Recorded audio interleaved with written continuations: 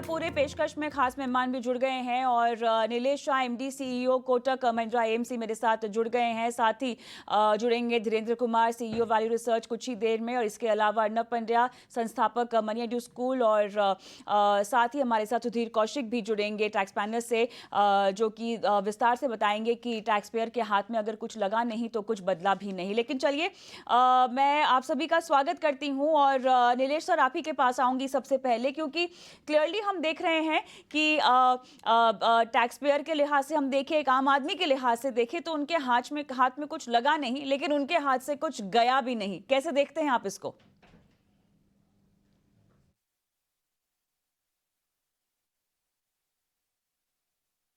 मेरे हिसाब से इस बजट में निवेशक और टैक्स पेयर दोनों के लिए उम्मीद से अधिक है।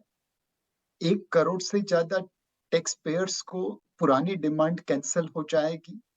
जो अननेसेसरी समय व्यतीत होता था वो बंद हो जाएगा। भारत के पूरे इतिहास में तकरीबन 1 करोड़ टैक्स पेयर को फायदा हो, ऐसा शायद ही पहले कभी हुआ होगा। निवेशकों के लिए और टैक्स पेयर के लिए भी इस बजट में बहुत सारी चीजें हैं। सबसे पहले इस बजट ने इंक्लूसिव ग्रोथ की भूमिका तैयार की है। दूसरा, इंफ्रास्ट्रक्चर के लिए ज्यादा अलोकेशन किया है और फिस्कल कंसोलिडेशन का पाथ इख्तियार किया है। यह बजट हमारे प्रीमियम वैल्यूएशन को स्टॉक मार्केट में सपोर्ट करेगा और डेट मार्केट में ब्याज की दरों को कम कराने में मदद करेगा। यह बजट हमें अपने बाकी समकक्ष देशों से अलग अलग नजरिए में, अलग तरीके में दिखाएगा। तो मेरे हिसाब से इस बजट में निवेशक और टैक्स पेयर दोनों को उम्मीद से ज्यादा ही मिला है। चलिए, आपका जो आखिरी वाक्य था उसी से ही धीरेन्द्र सर के पास मैं जाऊंगी और उनसे भी सवाल लूंगी। सर स्वागत है आपका। टैक्स पेयर को उम्मीद से ज्यादा मिला, आप भी यही बोलेंगे? कुछ नहीं बोलूंगा। ना कुछ मिला ना कुछ लिया गया। जी। और ये आम टैक्स पेयर के लिए ये जो सुविधा दी गई है 1 करोड़ लोगों को, ये पुराने सिस्टम का ये टैक्स है। ये सरकार के जो नियम कानून है जहाँ पे 1 रुपए भी माफ करना, ये लोगों के पास ये फ्लेक्सिबिलिटी नहीं होता है, ये डिस्क्रिशन नहीं होता है, या फिर ये एक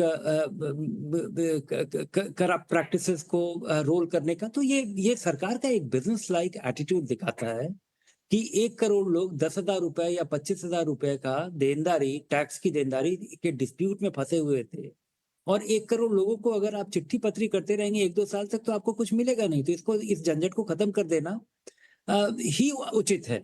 तो ये बिल्कुल ही एक टैक्स पेयर फ्रेंडली अच्छा इनिशिएटिव है, और शायद ये 10 साल पहले लेना चाहिए था। शायद ये स्थिति पैदा ही नहीं होनी चाहिए थी, और आज देर आए दुरुस्त है। लेकिन जैसा आपने कहा धीरेन्द्र सर कि एक बिजनेस लाइक एटीट्यूड है, तो क्लियरली वोटरों के लिए तो ये बजट नहीं रहा, उनके तो हाथ कुछ नहीं लगा, ऐसा बोल सकते हैं?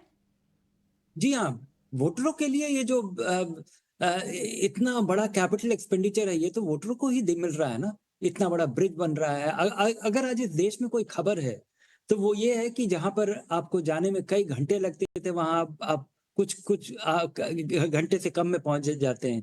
जहां पे आपको जाने में कई दिन लगता था, और ये एक जगह की बात नहीं है, ये दिल्ली की बात नहीं है, ये बॉम्बे की बात नहीं है, ये देश के हर कोने में। तो ये जो बड़ा कैपिटल एक्सपेंडिचर है जिसको कि मॉनिटर करके, डिप्लॉय करके, क्योंकि पहले भी सरकारें बहुत बड़ा एलोकेशन करती थी, क्या वो डिलीवर कर पाती थी? क्या एग्जीक्यूशन पे उनका फोकस होता था? नहीं। तो मेरे ख्याल में आज देश में चर्चा यही है कि काफी कुछ बदल रहा है।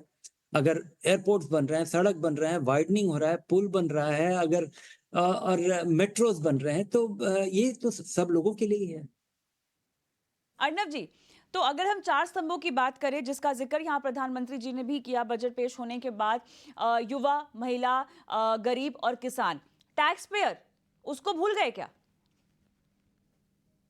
नहीं, देखिए, टैक्स पेयर के लिए एडिशनल कोई बेनिफिट नहीं है as announced in this budget, पर जो एक स्टेबिलिटी ऑफ रेजीम है वो चलते रहेगा। तो ये भी एक चीज होती है कि over a period of time आपको हर बजट में सब कुछ बदलने की जरूरत नहीं है, पर over a period of time अगर आप कई साल बाद अगर बदलाव करते हैं, एक सही दिशा में जा रहे हैं, वो ठीक है। तो उस हिसाब से अगर आप देखें तो जिस प्रकार से ओवरऑल टैक्स रेजीम में स्टेबिलिटी है, वो भी एक अच्छी बात है फॉर अ टैक्स पेयर, क्योंकि उनको भी आगे चलते हुए प्लानिंग करना है, उनके फाइनेंसिस में निवेश करना है, तो उससे उनको ईज होती है। तो उस हिसाब से जब हम बजट को देखते हैं तो सिर्फ एक डायरेक्ट बेनिफिट नहीं देखना चाहिए, इनडायरेक्ट बेनिफिट, क्योंकि ओवरऑल इकोनॉमी में बढ़ोतरी हो रही है, डेट मार्केट में आपको रेट सॉफ्टन होंगे, ये सभी का एक इनडायरेक्ट इम्पैक्ट भी लोगों को मिलता है, तो इस पर भी ध्यान देना जरूरी है। सुधीर जी, क्या कहेंगे आप? आज हमारे जैसे लिए कोई हेडलाइन नहीं निकली। नहीं, हेडलाइन है वैसे, ये 1 करोड़ लोगों को फायदा पहुंचाना, हाँ। जैसे कि कभी मैंने भी नहीं सुना है। नीलेश जी ने जैसे कहा या अर्नब जी ने जैसे कहा, जो पेन था वो था। उसको अगर टैक्स पेयर जब हमसे कनेक्ट करते हैं कि मेरे पास एक ऐसा नोटिस आया है और उस नोटिस में मेरे पास तो डॉक्यूमेंट्स भी नहीं है, कुछ फादर के नाम पे थे, फादर भी चले गए, सो देर देर आर जेन्युइन पेन है जिसके लिए रिलीफ मिला है। करना चाहिए था, वो भी बात सही है जैसे धीरेन्द्र जी ने कहा। तो लेकिन अब हुआ है तो उसका स्वागत है, बहुत बड़ी बात है, छोटी बात नहीं है, क्योंकि उसको आप बिजनेस डिसीजन ले कहें या कुछ भी कहें, इट हैज बीन डन। तो और राइट डायरेक्शन में लॉजिकल स्टेप है, क्योंकि उसमें समय वेस्ट हो रहा था। और अब तक क्यों नहीं किया गया था? क्योंकि कुछ लोगों की जो डिमांड्स हैं वो रिकवर भी हुई है। अगर आप रेवेन्यूज देखोगे सरकार की, वो 3 गुना हो चुकी है। तो ये ऐसे ही नहीं हुई है, वो पुरानी डिमांड्स को देख करके वो सिस्टम ऐसा बना है कि आज आपकी जो इनकम है वो बढ़ती जा रही है। हम आपकी मतलब सरकार की, मैं पब्लिक की बात नहीं कर रहा हूँ। तो कहने का मतलब है कि कुछ रिकवरी जब हो सकती थी वहां तक की, उसके बाद एक लॉजिकल स्टेप था कि अब इसको रोक देते हैं और इसके आगे इसको 25,000 जो अमाउंट रखा है, अभी भी इससे बड़े अमाउंट वालों को नहीं छोड़ा है। तो लोअर टैक्स पेयर जो भी थे या जिनकी डिमांड कम थी, उन्हीं को ही छोड़ा है, क्योंकि उसमें कहीं ना कहीं वो एक कॉस्ट ज्यादा आ जाती है कई बार और टैक्स पेयर परेशान होता है। तो मेरी राय में सही है। और दूसरा, जो स्टेबिलिटी ऑफ टैक्स रिजीम्स है, क्योंकि लास्ट ईयर आपने 7 लाख तक का फायदा दे दिया जो लोअर इनकम को था। इस साल अगर कुछ करते तो मिडिल इनकम को जरूर करना चाहिए था, एडिशनल डिडक्शन दे सकते थे, खासतौर पे ओल्ड टैक्स रिजीम में, क्योंकि नहीं की गई है। तो थोड़ा सा आपका इंफ्रास्ट्रक्चर के लिए फंड्स भी इकट्ठा कर सकते थे, पहले भी आते थे ऐसे फंड्स। तो मेरी तो उसी पे है, या रिटायरमेंट के लिए एनपीएस को कुछ लुभावना बना देते, जिससे कि वो जो एम्प्लॉयर नहीं दे रहे हैं उनको मैंडेट तो कर दो। आज भी ऐसे 50% के करीब एम्प्लॉयर्स हैं जो एनपीएस की सुविधा नहीं देते हैं। जैसे पीएफ मैंडेटरी है, एनपीएस मैंडेटरी नहीं है, कॉर्पोरेट के हाथ में छोड़ा हुआ है। और बहुत सारे एम्प्लॉयज हैं जो चाहते हैं अपनी रिटायरमेंट के लिए टैक्स बचाना। और जो मिडिल इनकम या खास जो तौर पे हायर इनकम है, वहां पर हमारा टैलेंट है, वो टैलेंट को भी हमें सपोर्ट करना चाहिए। एक तरफ से हम 1 लाख करोड़ का वो बना तो रहे हैं, रिसर्च के लिए फंड बना दिया है, इंटरेस्ट फ्री लोन भी दे रहे हैं, बट जो ऑलरेडी टैलेंटेड लोग हमारी कंपनीज में काम कर रहे हैं, उनको भी कहीं ना कहीं आपको एनकरेज करते रहना चाहिए। जैसे गरीब का भला है उसकी गारंटी है, एक टैलेंटेड लोगों को भी कहीं ना कहीं कुछ चाहिए होता है। उनको लगता है हमारे से तो बस निकाला ही जा रहा है पैसा, because they are filing tax, they are paying tax. उस टैक्स के बदले में कोई गारंटी नहीं है कि कल को उनको मेडिकल की जरूरत पड़ जाए या उनको कोई चीज हो, तो सरकार तो कोई गारंटी नहीं करेगी। तो इसलिए ऐसे डिडक्शन ही बढ़ा देते हैं उनके लिए। एक 50,000 की एनपीएस में डिडक्शन है, क्या वो रिटायरमेंट प्लानिंग करेगा जिसकी 25 लाख की सैलरी है या 50 लाख की सैलरी है? क्यों नहीं उसको ज्यादा छूट दे सकते हम? भाई वो आपका पैसा खर्च तो नहीं कर रहा, कहीं इन्फ्लेशन तो नहीं बढ़ा रहा। तो इसलिए ऐसे सुझाव थे हमारे, हम तो चाहते थे कि कुछ इस तरह की चीज मिडिल इनकम को भी की जाए। बट ठीक है, जितना मिला है अभी, क्योंकि इंटरिम बजट है, हो सकता है कि जुलाई में जब बजट आए तो कुछ चीजें की जाए। बिल्कुल, ख्वाहिशें और उम्मीदें मेरे ख्याल से अब जब पूर्ण बजट आएगा उसके लिए साफ तौर से बढ़ गई हैं। लेकिन नीलेश सर, आपके पास आऊंगी, और क्योंकि 4 स्तंभों का पहले भी मैंने जिक्र किया है, इससे जिस तरह से हमने विश्वास में समावेश, एक बात कही प्रधानमंत्री साहब ने भी, इनोवेटिव बजट इसको कहा, और विश्वास का एजेंडा, विश्वास की गारंटी जो है एक तरह से इस बजट के जरिए निकलती हुई आ रही है, कुछ इस तरह के शब्दों का इस्तेमाल भी किया उन्होंने। अब ये जो 4 मजबूत स्तंभ हैं जिनका जिक्र किया गया, नीलेश जी, क्या आपको लगता है कि भारत की रणनीति आने वाले समय में और आने वाले बजट में इन 4 स्तंभों पर ही अगर फोकस कर जाती है तो हम कितने ज्यादा आपको लगता है कि दुनिया के नक्शे पर अपनी छाप छोड़ पाएंगे? या अगर हम डिस्ट्रप्टिव होना चाहें तो क्या इन 4 स्तंभों के विकास से ही हम एक नई मिसाल क्या कायम कर पाएंगे? सबसे पहले बिजनेसमैन और एंटरप्रेन्योर्स देश को आगे लेके जाते हैं। गवर्नमेंट भी बहुत बड़ा रोल अदा करता है उस एंटरप्रेन्योर्स को सपोर्ट करने में, और वो रिस्क उठाने में जिसके लिए शायद प्राइवेट सेक्टर रेडी नहीं हो। तीसरा, जो आपने बताया, महिला, युवा, किसान, इनका पार्टिसिपेशन भी बहुत जरूरी है। भारत में महिलाएं उतना लेबर फोर्स में पार्टिसिपेट नहीं करती जितने हमारे नेबर भी करते हैं। इस चीज को सुधारना बहुत जरूरी है। युवा के लिए जॉब्स खड़ी करना बहुत जरूरी है। 90 के पहले हमने अपने अच्छे अच्छे टैलेंट को, युवाओं को बाहर जाते देखा था। वो बाहर गए तो आज माइक्रोसॉफ्ट चलाते हैं, गूगल चलाते हैं, अडोबे चलाते हैं, IBM चलाते हैं। अगर यही टैलेंट भारत में रह जाती तो कल का माइक्रोसॉफ्ट, कल का अडोबे, कल का IBM यहीं पे खड़ा होगा। किसान हमारा अन्नदाता है, लेकिन आज भी फार्मर सुसाइड हम हर राज्य में देख रहे हैं। कैसे हम भारत की 70% आबादी जो किसानों से बनी है उनको सपोर्ट कर सके, वो ओवरऑल ग्रोथ के लिए बहुत ही आवश्यक है। बिल्कुल। धीरेन्द्र सर, बहुत सारे एक्सपर्ट जो कि चैनल पर भी आ रहे हैं, कह रहे हैं अगर हम डेट बाजार के नज़रिए से समझना चाहें तो 10 में से 11 नंबर देते हैं, इक्विटी बाजार को समझना चाहें तो हम 10 में से 8 नंबर देते हैं। आप कितने नंबर देंगे डेट और इक्विटी बाजार के लिए, और साथ ही क्या समझाइश होगी इसके पीछे? मैं इन चीजों को उतना बारीकी से नहीं देखता हूँ, और इनको नंबर देना भी नहीं चाहिए, और खासकर नीलेश के सामने बैठ करके नंबर नहीं देना चाहिए।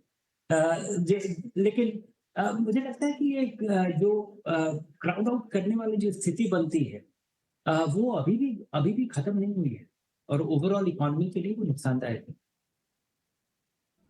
अर्नब सर, आप देंगे नंबर? आप भले ही नीलेश सर पैनल में हो, लेकिन आप किस तरह से देखते हैं डेट मार्केट और इक्विटी मार्केट के लिए?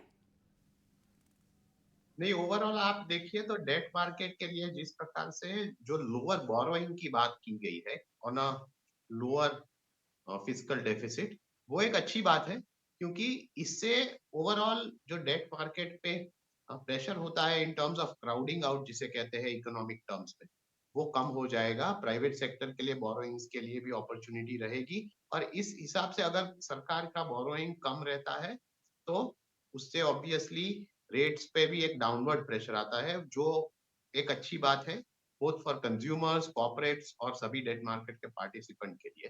तो ये as far as the debt market है। इक्विटी मार्केट्स के लिए भी अगर आप देखें तो सिचुएशन कुछ बदली नहीं है, क्योंकि वैसे कोई अनाउंसमेंट खास तरीके से है नहीं, लेकिन जो कंटिन्यूटी है in process, in terms of infrastructure spend, in terms of जो पॉलिसीज है, तो उससे जो इकोनॉमी को आज चल रही है अच्छी तरह से, उससे वो लगातार आगे भी बढ़ती रहेगी। चलिए, यहाँ पर अब सवाल यहाँ पर ये भी उठता है, नीलेश सर मैं आपके पास आऊँगी, सुधीर जी आपसे भी एक सवाल लेना है एक बार, नीलेश सर क्योंकि उनको जाना है तो एक सवाल पूछ लेते हैं उनसे। जिस तरह से युवाओं की स्पेंडिंग को बढ़ाने को लेकर इंटरेस्ट फ्री लोन की ये बात सामने आई है बजट में, इसको थोड़ा समझाइएगा नीलेश सर, इससे क्या मतलब है, और कैसे आपको लगता है कि एक तरफ जहाँ हम चिंतित हैं कि भले ही युवाओं के पास पैसे बहुत ज़्यादा आ रहे हैं, लेकिन कहीं ना कहीं हम देख रहे हैं कि एक फाइनेंशियल डिसिप्लिन की जो ज़रूरत है उसकी भी कमी है, आप इसको कैसे देखते हैं?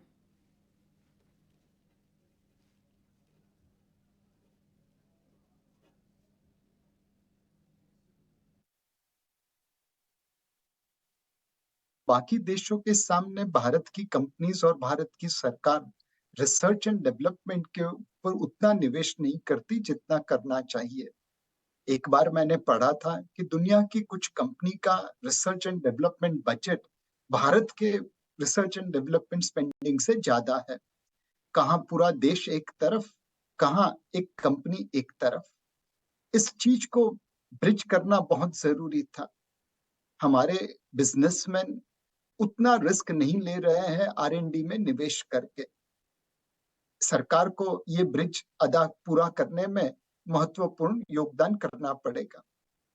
सरकार अगर रिसर्च करना चाहे तो ब्यूरोक्रेसी में फंस जाएगी।